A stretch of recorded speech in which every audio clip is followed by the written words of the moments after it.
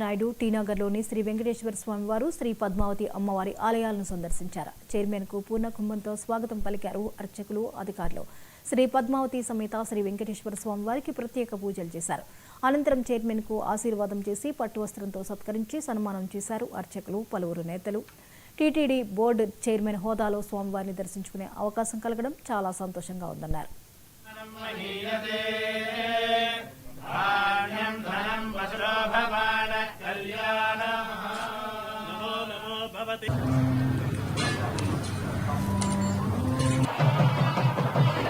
గతంలో 30-40 ఏళ్ల క్రితం నేను ఈ దేవాలయాన్ని దర్శించడం జరిగింది. మళ్ళీ దేవస్థానం పాలక మండలి అధ్యక్షుడిగా హోదాలో ఈరోజు నేను ఇక్కడికి రావటం, మిమ్మల్ని అందరిని కలుసుకోవడం చాలా ఆనందదాయకం. మీ అందరికీ తెలుసు గత 5 ఏళ్లలో ఏం జరిగింది తిరుమల అనేది. ఇప్పుడు అవన్నిటినీ మాకు ఇంతకాలం పట్టింది సరి చేయడానికి. కాకపోతే ఇందులో చాలా ఇబ్బందులు ఉన్నాయి, ఎదుర్కొన్నాం, అన్నిటికీ నిలబడ్డాం. అక్కడ ఉన్నటువంటి పాత పద్ధతులే మళ్ళీ అనుసరించి ఆ యొక్క తిరుమల తిరుపతి దేవస్థానాన్ని ప్రక్షాళన చేయాలని చెప్పేసి నిర్ణయం తీసుకొని ఆ దిశగా పయనిస్తున్నాం. నాతోటి పాలక మండలి సభ్యులందరూ కూడా పూర్తిగా 100% నాకు సహకరిస్తున్నారు. వాళ్ళందరికీ కూడా ధన్యవాదాలు తెలియజేసుకుంటున్నాను.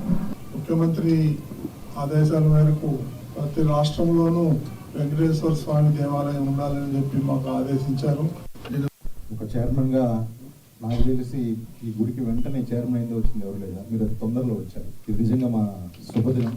ఇక్కడ ఈ చెన్నైలో గుడి ఇంత డెవలప్ కావడానికి, భక్తులు ఇంత పెద్దన రావడానికి కారణం ఏంటంటే, ఒకటేంటంటే ఇక్కడ అందరూ కలిసికట్టుగా పనిచేసి ఆ దేవదేవుని వైభోగాన్ని నలుదిశలో వ్యాపించారు సార్. చెప్పాలంటే ఇక్కడ ఎవరైతే డోనర్స్ ఉన్నారో కానీ వాళ్ళు రెగ్యులర్ డోనర్స్గా ఉంటున్నారు. అంటే దాదాపు 10-15 ఏళ్ళుగా ఏ కార్యక్రమం వచ్చినా కూడా మేము డొనేట్ చేస్తామని చెప్పి ఆ దేవదేవుని కార్యక్రమం కోసం వాళ్ళు పెద్ద ఎత్తున ముందుకు వస్తున్నారు.